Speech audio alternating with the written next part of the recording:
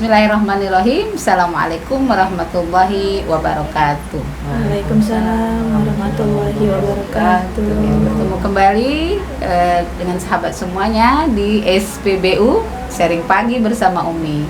Alhamdulillah hari ini Umi kedatangan dua tamu istimewa, ya, dua-duanya tenaga pendidik karena bertepatan ya, tanggal 2 Mei ini adalah Hari Pendidikan Nasional.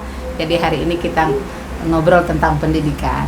Ada Ibu Juwita, ya, seorang tenaga pendidik dari daerah pesisir, dan juga Ibu Lia, tenaga pendidik di perkotaan. Nah, jadi hari ini kita ngobrol asyik ya tentang pendidikan. Baik, sahabat Umi semuanya, kita tahu pendidikan ini sangat penting ya. Apalagi kita mungkin sebagai seorang guru, sebagai orang tua harus memahami bahwa pendidikan itu ada 3 pilar ya, 3 pilar pendidikan. Yang pertama itu dari orang tua, sekolah, dan lingkungan. Nah, hari ini kita mungkin sedikit fokus bagaimana pendidikannya itu dari lingkungan anak itu sendiri. Nah, baik sahabat semua, kita mau ngobrol nih sama Ibu Ita dulu nih, ya, yang jauh-jauh kita undang ya, sebagai pendidik di daerah pesisir. Kita mau cerita banyak bagaimana sih sebenarnya kondisi ya anak-anak di daerah pesisir. Nah, gimana Om Ita? Iya, jadi kebetulan kita tinggal di pesisir pantai. Tentu ada ya ciri khas anak-anak pesisir pantai itu. Jadi kalau anak-anak pesisir pantai itu hal-hal yang paling menyenangkan sebenarnya adalah ketika mereka makanan ya, cerita makanan, sumber makanan mereka yang luar biasa. Ada ikan dan buah laut. Jadi asupan makanan itu punya ini sendiri ya. Cuma sedikit masalahnya yang kita rasakan, di sekolah pesisir pantai itu masalah semangat mereka. Oh iya. Semangat anak-anak pesisir ya. Untuk belajar, semangat untuk menikmati pendidikan. Iya. Itu yang saya rasakan ya ketika saya mengajar di pesisir pantai. Nah, kalau di Medan mungkin berbeda ya. Berbeda Oke, ya. Jadi ada keistimewaan ya. Sebenarnya mereka punya apa ya? Ya, cuman yang saya rasakan kalau anak-anak pesisir pantai itu kekeluargaan, itu yang keistimewaan iya. daripada anak-anak pesisir pantai. Cuman memantik mereka kalau pas mau pergi sekolah itu yang, kamu kenapa nggak sekolah? Nanti biasanya cuci sampan dulu Bu, katanya. Gitu ya. Baru jadi harus bekerja dulu ya. Jadi ya enakan cari duit daripada ke sekolah. Itu yang saya rasakan. Yang menjadi hambatan saya kira untuk pendidikan anak-anak di pesisir pantai. Tadi kondisi ininya ya, lingkungannya seperti itu ya, kita ya. Mereka harus diberikan motivasi dulu baru mau sekolah gitu ya. Karena mungkin itu tadi dengan daerah ataupun lingkungan seperti itu, apakah memang mencari uang itu tadi itu lebih mudah gitu? Ya, cuci sampan itu kira-kira 1 jam mereka nanti dapat uang 5.000, bawa ikan pulang ke rumah, antarkan ikannya kepada emaknya, 5.000 sudah bisa jajan, main game. Gitu. Atau ada gadget mereka sengaja kumpulin uang, nanti beli gadget harga 1 juta. Wah, selesai deh. Gitu yang saya rasakan di pesisir. Berarti Ibu Ita nih punya harus punya cara nih. Ya, sebagai seorang pendidik bagaimana nih?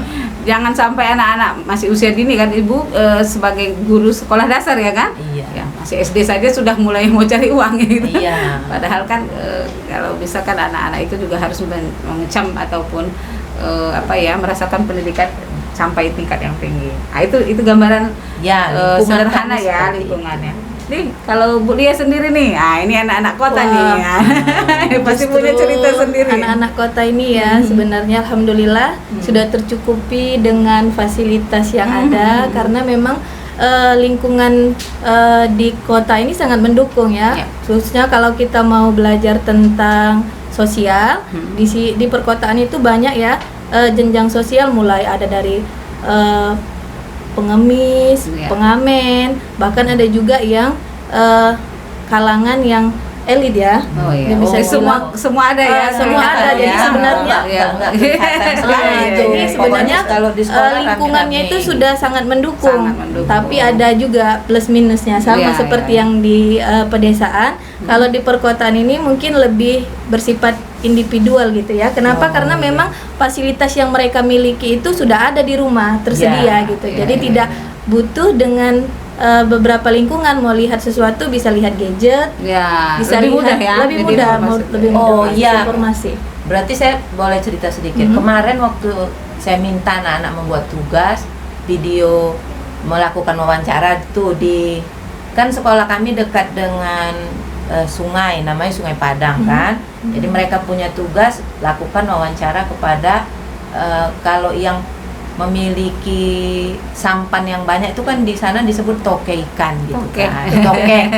Nah, dipanggil toke. Toke, Kalau Bu. saudagar, saudagar lah, saudagar kan. Gitu. Jadi Iya. ada beberapa siswa saya itu yang nggak punya gadget. Jadi Iya, mereka tanya, Bu, boleh nggak saya bantu? Nah gitu. Kalau di kampung kan di pesisir, boleh nggak saya bantu kawan saya tuh, Bu, dia nggak punya handphone. Berarti Boleh nggak apa ya, kongsi rasa ya berbagi gitu. ya, share gitu ya. Itu Jadi pula sifat yang berbaginya saya lebih rasakan. ini berarti ya. Iya. Anak-anak itu lebih kuat ya. Iya. Oke, itu tadi keistimewaan masing-masing ya. Istimewa lah kita katakan ya. Iya, Jadi gini mau nanya kita nih. Jadi pola apa yang Bu Ita ajarkan dengan anak-anak yang dengan lingkungan seperti itu? Bagaimana supaya mereka motivasinya lebih tinggi gitu ya? Iya ya. Kalau yang saya rasakan saat ini guru di Metode pesisir apa gitu ya? pantai Iya. Yang pertama itu memang harus memiliki motivasi kuat ya. Kalau saya Motivasi kira ya. kuat, ya. Kalau Bulia mungkin beda lagi ya. Kalau yang saya rasakan adalah motivasi kuat dari seorang guru pesisir, bahwa anak pesisir itu PR besar kita adalah memahamkan kepada mereka bahwa pendidikan itu adalah sesuatu yang harus mereka nikmati gitu. Iya. Nah, jadi memahamkan kepada mereka bahwa Pendidikan itu penting. iya, guru lah yang Iya. harus menanamkan itu. Iya. Karena seperti yang saya sampaikan tadi, Bu Lia, emaknya boro-boro mikirin anaknya sekolah ya, selesai saja urusan dapurnya sudah. Gitu. Jadi Iya. bagaimana guru harus memiliki motivasi kuat dalam dirinya. Artinya kan urusan dirinya harus selesai dulu nih. Ya. Nah, itu yang saya kira yang pertama sekali. Berarti itu menyangkut masalah apa ya? Iya, Mohon maaf, dari dalam ekonomi diri. juga harus Iya. juga menjadi ini. Seperti itu. Iya. Jadi bukan berarti tidak perhatian ya, tidak Tidak. perhatian, tapi itu tadi harus mencukupi dulu untuk kebutuhan Ya, sehari-hari. masalahnya di situ. Iya. Orang tua sudah cukup pusing memikirkan pengelolaan finansial. Nah, ketika guru tidak bisa menjadikan ia sebagai motivator bagi muridnya, itu akan ya balik lagi deh. Iya. Anak-anak pesisir pantai ya seperti itu. Jadi, Tapi Bu Ita kan tadi ada 3 pilar ya. Iya. Guru, orang tua, juga lingkungan. Lingkungan. Ternyata Iya. orang tua juga sangat mempengaruhi ketika kita sudah menanamkan karakter itu di Iya. sekolah. Harus berbarengan dengan orang tuanya Ya. gitu. Iya, Itu tapi tapi masalahnya kan di orang daerah, tua tadi ya, tidak betul, ada. betul. Maka saya Iya. kira guru lah. Kalau Ya. boleh dipresentasikan, kalau di pesisir pantai, guru 60%. 60%. Iya, Nah, bagaimana harus nih? masuk Iya, kalau di pesisir kepikiran anak-anak 60%. tuh. Kalau Iya, di seperti perkotaan itu. Bu Lia? Kalau di perkotaan sepertinya porsinya sama ya, Hampir hampir sama. 40% guru, 30% sekolah, 30% lagi lingkungan. Oh, ya. Karena semuanya saling ketergantungan. Contoh kecilnya kita ketika menanamkan karakter kejujuran sama anak-anak ya. Iya. Tapi kita lihat anak-anak tuh lihat di televisi, di lingkungan banyak koruptor. Iya. Loh, bagaimana di rumah orang tua Iya. mengajarkan tentang nilai-nilai yang baik itu kepada anaknya di sekolah dikuatkan oleh gurunya gitu. Ya, berarti memang harus ya, 3 pilar itu Sinkron. memang harus sinkron. Iya. Jadi tapi sedikit ya menambahkan bahwa sebenarnya pendidikan dasar itu kan sebenarnya dari rumah gitu ya. Iya, Kalau di dalam iya. ibu ya sebenarnya al-ummu madrasatul ula, ibu itu adalah pendidikan awal, walaupun bukan hanya ibu ya bertanggung jawab, tapi ayah juga, karena ayah itu seperti kepala sekolah ya kan. Iya, seperti benar. kepala sekolah, dan ibulah sebagai tenaga pendidik atau pengajar. Nah, jadi ini sebenarnya itu tadi pola yang harus kita ajarkan juga harus sesuai sesuai dengan kondisi lingkungan anak-anak gitu ya.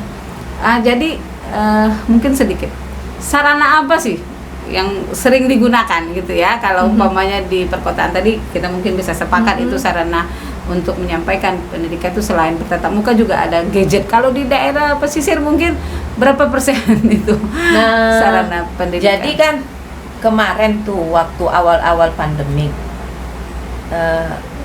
kita mau memanfaatkan WhatsApp grup saja itu susah ya.